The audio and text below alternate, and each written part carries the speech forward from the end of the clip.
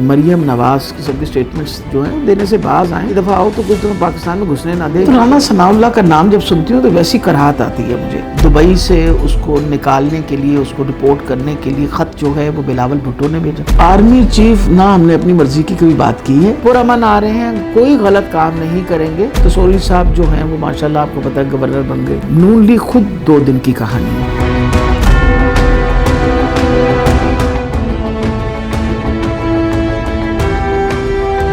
دیکھیے سب سے پہلی تو میرا خیال ہے خان صاحب نے خود بھی اناؤنس کر دی ہے کہ انشاءاللہ جمعے والے دن لوگ سارے اکٹھے ہوں گے لبرٹی، اور جمعے کی نماز وہیں پڑھ کے پھر وہاں سے انشاءاللہ لے کے نکلیں گے ہم. اور پھر جس طرح سفر طے ہوگا ہر روز آپ کو خبر دیں گے کہ اگلا پڑاؤ کب ہے. کیونکہ یہ لانگ مارچ جو ہے نیچرلی، پچھلی دفعہ جب ہم نے لانگ مارچ کی تھی تو خان صاحب کے گھر سے جب ہم نکلے تھے تو ہمیں تو مال روڈ تک پہنچنے میں 8 گھنٹے لگ گئے تھے. تو اس مرتبہ تہیہ یہ کیا گیا کہ دن کے اندر، تاکہ یہ اگر خدا نخواستہ ہوتا ہے نا کہ جی رات کے اندر لائٹیں مائٹنگ کر کے، تو ہم چاہتے ہیں کہ دن کی روشنی میں سب کو نظر آئے کہ کتنی عوام ساتھ ہے. یہ اس لیے دن کی روشنی کے اندر انشاءاللہ یہ لانگ مارچ ہوگی تاکہ لوگوں کو پتہ چلتا رہے کہ اتنے لوگ عمران خان کے ساتھ چل رہے ہیں. اصل میں نون لیگ خود 2 دن کی کہانی ہے. سب سے بڑی بات ہے کہ ارشد شریف کی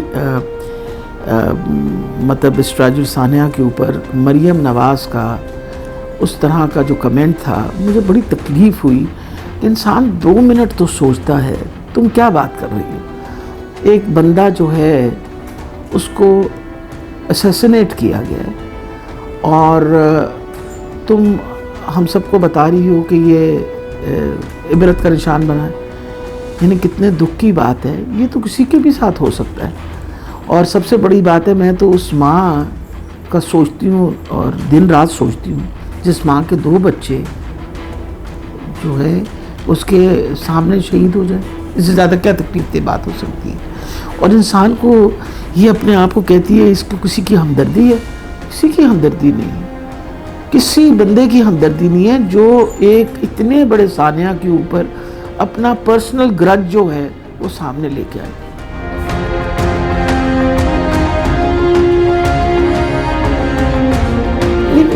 بیٹا ایک دفعہ جب بات نکل جاتی ہے نا، ہمیشہ دھیان رکھنا چاہیے کہ آپ کیا بول رہے ہیں. اب پچھلے 4-4.5 سال سے میں بھی بولتی ہوں نا، تو میں تو کبھی آج تک بیک آؤٹ نہیں. Have you ever heard me backing out from anything that I've said?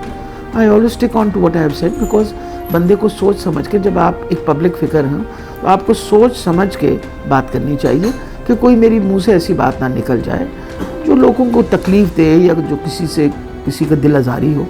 دل آزاری کے علاوہ کوئی ایسی بات بھی نہیں کرنی چاہیے. ہاں ایک دفعہ ضرور معافی مانگی تھی جب میں نے، آپ کو پتہ ہے کووڈ کے دورانیہ کے اندر جب یہ رولا پڑا تھا اور میں نے سب کا کہا تھا کہ لاہور کی مخلوق جو وہ اس بات پہ لاہور والوں کا غم و غصہ جو تھا وہ غلط تھا. حالات تو ایسے ہی تھے، لیکن اس کے باوجود although I was absolutely correct، اس کے باوجود میں نے کہا جی چلو کم سے کم اگر رنجش ہوئی ہے کسی کو دوں. لیکن اتنی سینسٹیو ایشو کے اوپر، اتنے سینسٹیو جو ابھی انڈر انویسٹیگیشن ہے. آج وہ فوج والوں نے بھی کہا ہے کہ جی اس کی باقاعدہ جوڈیشل کمیشن بنا کے اس کی انویسٹیگیشن ہو جائے. جو بھی ہے اس وقت تو پاکستان ایک بہت بڑے مسئلے میں گھر گیا ہے اس قتل کے بعد. اور یہ اپنے آپ کو یا وہاں ولایت میں بیٹھ کے اور اس قسم کی سٹیٹمنٹس جو ہیں دینے سے باز آئیں. ان سے کہیں کہ یہ نہ ہو کہ اگلی دفعہ آؤ تو کوئی تمہیں پاکستان میں گھسنے نہ دے. یہ باتیں سن کے لوگوں کے کان دکھ گئے. میں نے پہلی دفعہ لوگوں کے آنکھوں میں مایوسی دیکھی یہ دیکھ کے ارشد شریف کے جو اسیسنیشن ہے اس کے بعد میں نے پہلی دفعہ لوگوں کے منہ سے مایوسی کی بات سنی. لوگ ہمیشہ امید رکھتے ہیں مایوسی اس بات پہ کہ بے بسی کی مایوسی ہے کہ ہم کتنے بے بس ہیں. یہ بے بسی کی مایوسی جو ہے یہ بڑی خطرناک ہوتی ہے.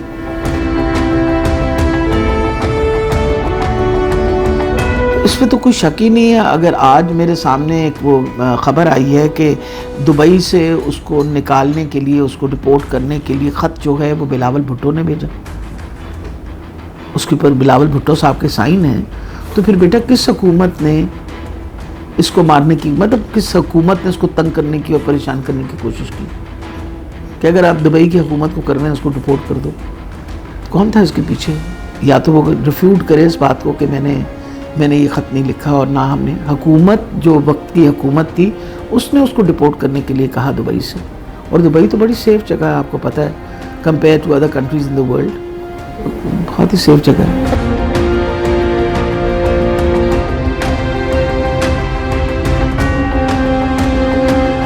لیکن جی سب سے بڑی بات ہے جو یہ امپورٹڈ حکومت ہے وہ ایک کنفائنڈ ایریا میں ہے، بیٹھے رہے، ان کو کسی نے منع کیا؟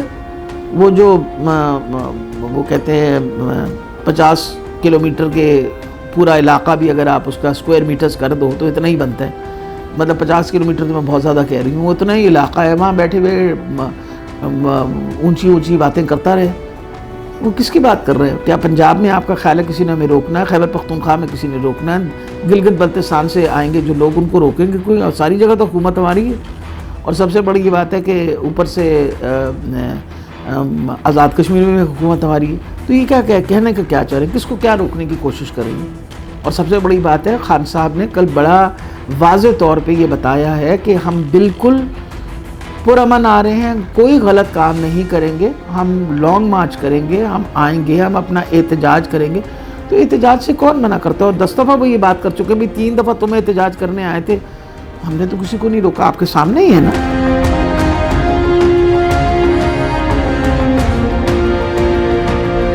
اگر یہ لوگ اسلام آباد میں یہ سب کچھ کریں گے، دیکھیں بیٹا میں آپ کو بات بتاؤں، جب عوام بہت زیادہ ہو جائے گی نا تو ہر بندہ 10 منٹ سوچے گا.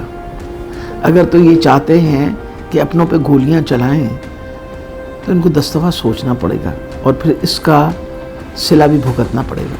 وہ اتنا آسان کام نہیں ہے. یہ کرتا رہے، جو مرضی کرتا رہے، ویسے تو اس کی طبیعت قاتلانہ ہے اور ہر مرتبہ اسی قسم کی دھمکیاں دیتا ہے. نہ تو ہم اس کی دھمکیوں سے ڈرتے ہیں نہ ہم گھبراتے ہیں. ہم سارے جو ہے نا وہ ہم نے تہیہ کر لیا ہے کہ ہم انشاءاللہ پاکستان کو آزاد کر کے رہیں گے. یہ جو غلامانہ ذہنیت ہے ہماری، اس کو جب تک ختم نہیں کریں گے نہ پاکستان میں کبھی ترقی آنی ہے. ہم اسی طرح محکومی کی زندگی گزاریں گے اور وہ ہم گزارنے کو تیار نہیں ہیں. میں تو رانا ثناء اللہ کا نام جب سنتی ہوں تو ویسی کراہت آتی ہے مجھے، اور مجھے اچھا نہیں لگتا. وجہ یہ ہے کہ ایک بندہ جس کے اوپر قتل کے الزام ہوں، جس نے مال ٹاؤن کا سانحہ کیا وہ اس قابل ہے کہ اس کا بار بار ذکر کیا جائے. مطلب ایک بندہ جس کو ان کے اپنی پارٹی کے لوگ کہتے ہیں وہ قاتل ہے 22 بندوں کا، وہ عابد شیر علی کے والد نے ہی کہا تھا نا، یہ قاتل انسان ہے. ان لوگوں نے جان بوجھ کے ایک قاتل کو بٹھا رکھا ہے اسی کام کے لیے، کیونکہ یہ حکومت کی سوچ ہی اس طریقے سے ہے نا. اب جو 75 ان کے 76 بندے جو اس کے کیبنٹ میں ہیں، اس میں 60 جو ہیں وہ میرا خیال ہے تقریباً 60% جو ہیں وہ ضمانت پہ ہیں. یہ تو پتہ ہے نا آپ کو. تو ماشاءاللہ جو جہاں ان کو ملتا ہے، تسوری صاحب جو ہیں وہ ماشاءاللہ آپ کو پتہ ہے گورنر بن گئے. یہ آپ لوگوں سے کوئی تاریخ چھپی ہوئی تو نہیں ہے نا. ہاں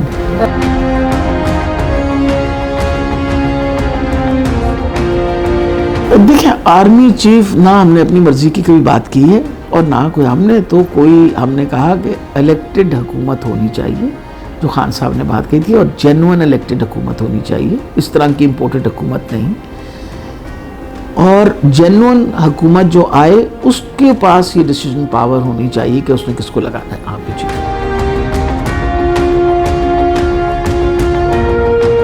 میرا خیال ہے پہلے تو سب سے بڑی یہ بات ہے کہ آلریڈی اس کی کلیریفیکیشن دریں جن کو صرف ایک سیٹ سے ان کو کیا ہے، فلاں کیا، آدھی سیٹ سے کیا ہے، ڈمکان کیا ہے. تو یہ ساری چیزیں کرنے جو بھی کر رہے ہیں، تو میرا خیال ہے یہ کیونکہ بات کورٹ میں ہے تو کورٹ ہی بہتر جواب دے سکے گی.